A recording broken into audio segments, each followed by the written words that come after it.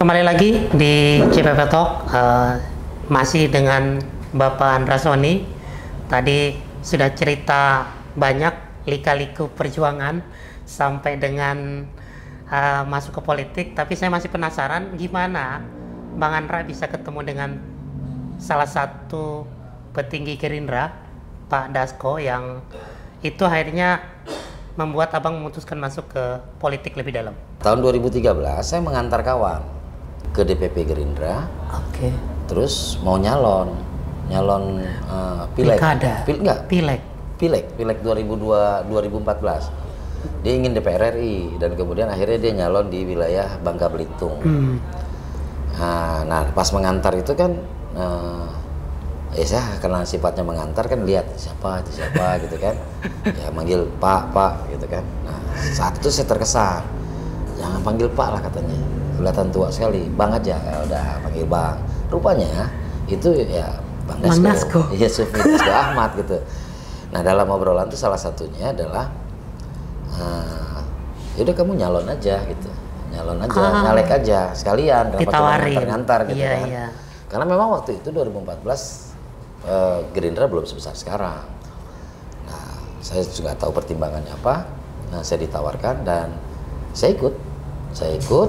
Rupanya beliau juga di ujung itu dapat perintah untuk nyalon di Banten 3. Nah, jadi kita masuk kampung, keluar kampung, dan saya banyak mendapatkan didikan lah tentang bagaimana bekerja di lapangan, dan alhamdulillah beliau terpilih, saya terpilih di 2014. Itu awalnya saya masuk, dan setelah itu ya banyak penugasan.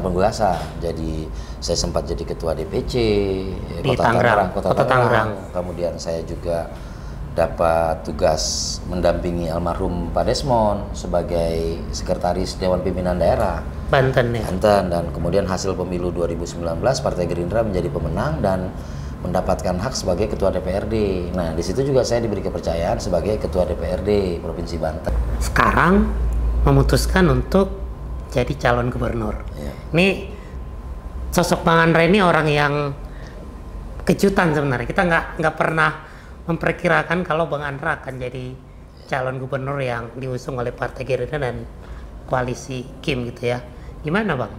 Apa memang ini penugasan juga dari Gerindra atau memang ini aspirasi dari bawah yang kemudian Bang Andra tangkap sehingga memutuskan untuk maju? Ya ini bab berikutnya dalam kehidupan saya. Saya nggak pernah merencanakan, saya nggak pernah menanamkan rencana gitu bahwa nanti saya akan jadi calon gubernur. Enggak, saya nggak pernah. Ya, saya menyadari juga bahwa gubernur itu kan besar sekali, ya. Dan memimpin sebuah daerah yang penduduknya 12 juta, DPT-nya 8,9 juta gitu, dan luas, ya kan. Jadi memang tidak pernah berencana itu. Nah, kemudian memang kalau disampaikan bahwa ini penugasan, ya bisa saya katakan ini penugasan. Dan apakah ini sebuah rencana? Saya tidak pernah punya rencana, dan saya tidak pernah tahu bahwa kemudian akhirnya akan menjadi calon gubernur, dan saya tidak pernah mempersiapkan dirinya. Tapi di Gerindra sendiri Banten bisa ngusung calon sendiri sebenarnya? Harus koalisi juga? Sebelum keputusan MK, kami harus berkoalisi. Dan alhamdulillahnya koalisi kami terbentuk dengan 8 partai yang bersama-sama dengan kami. Nah, artinya secara ini kami sudah siap untuk mendaftarkan diri. Nah, dalam perjalanannya juga komunikasi dengan beberapa partai. Saya sempat tadinya mau berpasangan dengan PAN, sempat mau berpasangan dengan Demokrat, terakhir berpasangan dengan PKS. Nah, PKS itu adalah Pak Dimyati. Nah, ini gimana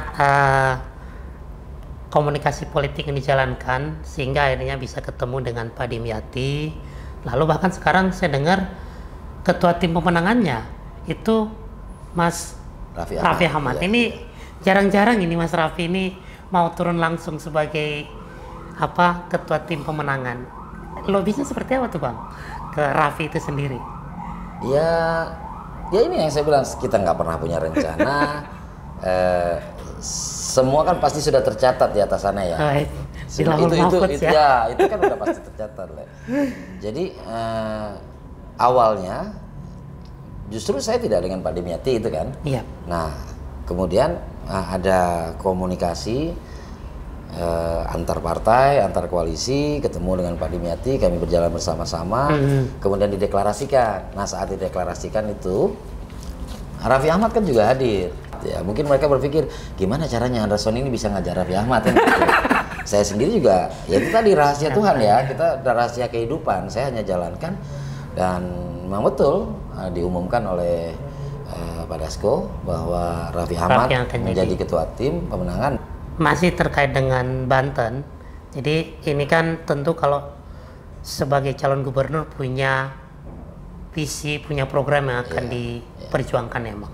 Nah, saya singkat aja, kira-kira ke depan yang menurut Bang Andra paling signifikan, paling urgent untuk diselesaikan di Banten itu apa, Bang? Baik, saya mungkin gini dulu. Dalam kesempatan yang diberikan Tuhan kepada saya, banyak orang yang mau jadi calon gubernur tapi nggak sampai. Ya. Tapi saya yang tidak pernah punya rencana, ya melalui tangan Pak Prabowo, melalui tangan Pak Dasko, melalui tangan ketua-ketua umum partai, hari ini saya sebagai calon gubernur. Ya. Tentu saya harus memanfaatkan, dalam kata lain, saya harus memperjuangkan nilai-nilai. Jadi bukan hanya sekedar saya calon gubernur kemudian bertekad untuk jadi dan kemudian tanpa ada nilai. Jadi saya ingin memperjuangkan nilai-nilai, yaitu pertama adalah tentang perjuangan, tentang harapan. Saya ingin masyarakat Banten kembali bersemangat, punya harapan, harapan untuk mendapatkan kehidupan yang lebih baik.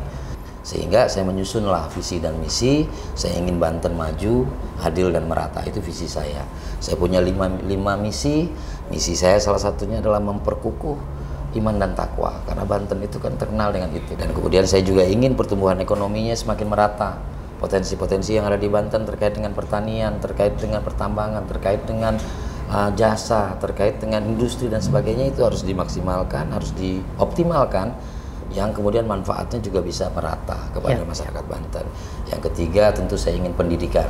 Pendidikan ini penting sebagai bagian dari investasi. Karena itu sesuai dengan kewenangan pemerintah Provinsi Banten, saya akan gratiskan sekolahnya. SMA. Ya, itu ini di misi ya, dan kita punya 8 program. Nah, saya ingin sampaikan beberapa program unggulannya. Pertama terkait dengan pendidikan. Kita ada Banten Cerdas, dan Banten Cerdas ini memang utamanya adalah terkait dengan sekolah gratis.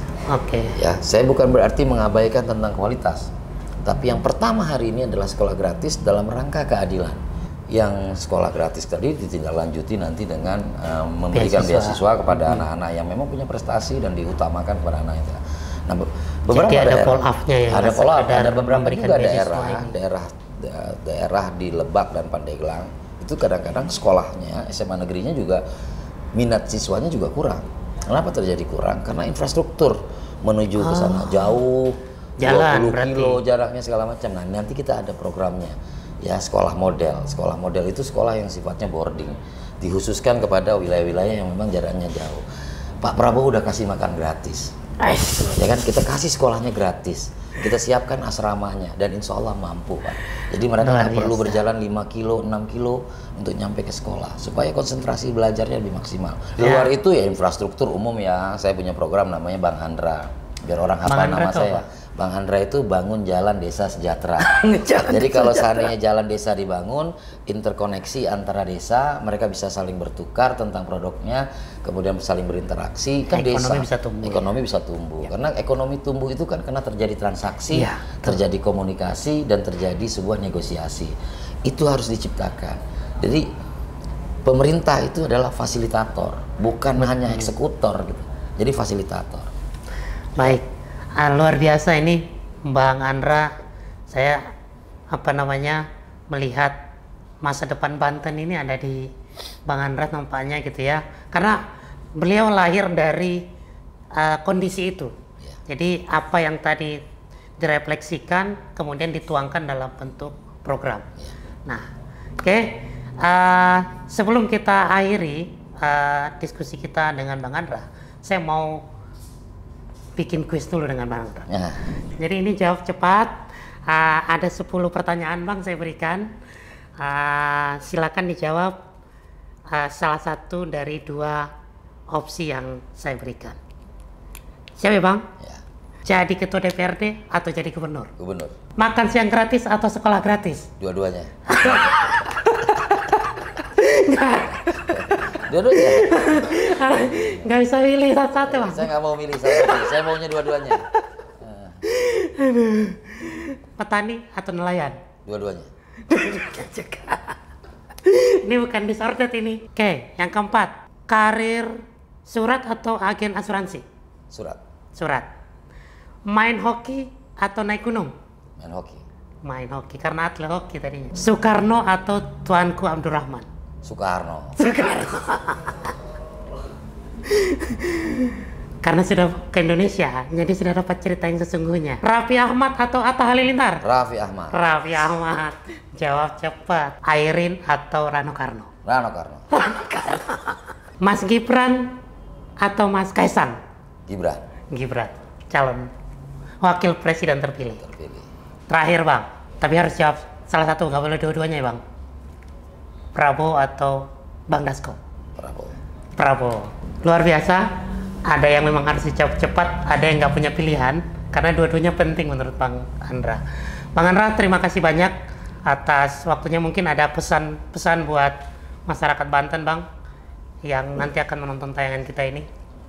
Iya, bagi masyarakat Banten yang menonton tayangan ini, izinkan saya menjadi bagian dari proses pemilihan kepala daerah tahun 2024. Masyarakat harus punya pilihan, masyarakat harus memilih, dan tentu dalam memilih masyarakat punya harapan. Semoga saya, Andra Sony, bisa menjadi bagian dari harapan-harapan yang ingin kita perjuangkan. Perjuangan tanpa nilai adalah perjuangan sia-sia. Semoga Banten maju, adil merata, tidak korupsi. Terima kasih Bang Andra. Diskusi kita hari ini saya kira luar biasa, banyak nilainya. Ini daging semua, kalau kata orang yang nongkrong ini daging semua bang yang kita obrolin ini. Jadi kami juga berdoa mudah-mudahan perjuangan Bang Andra Sony lancar di Provinsi Banten dan bisa memenangkan hati masyarakat Banten di Pilkada 2024 bulan November mendatang.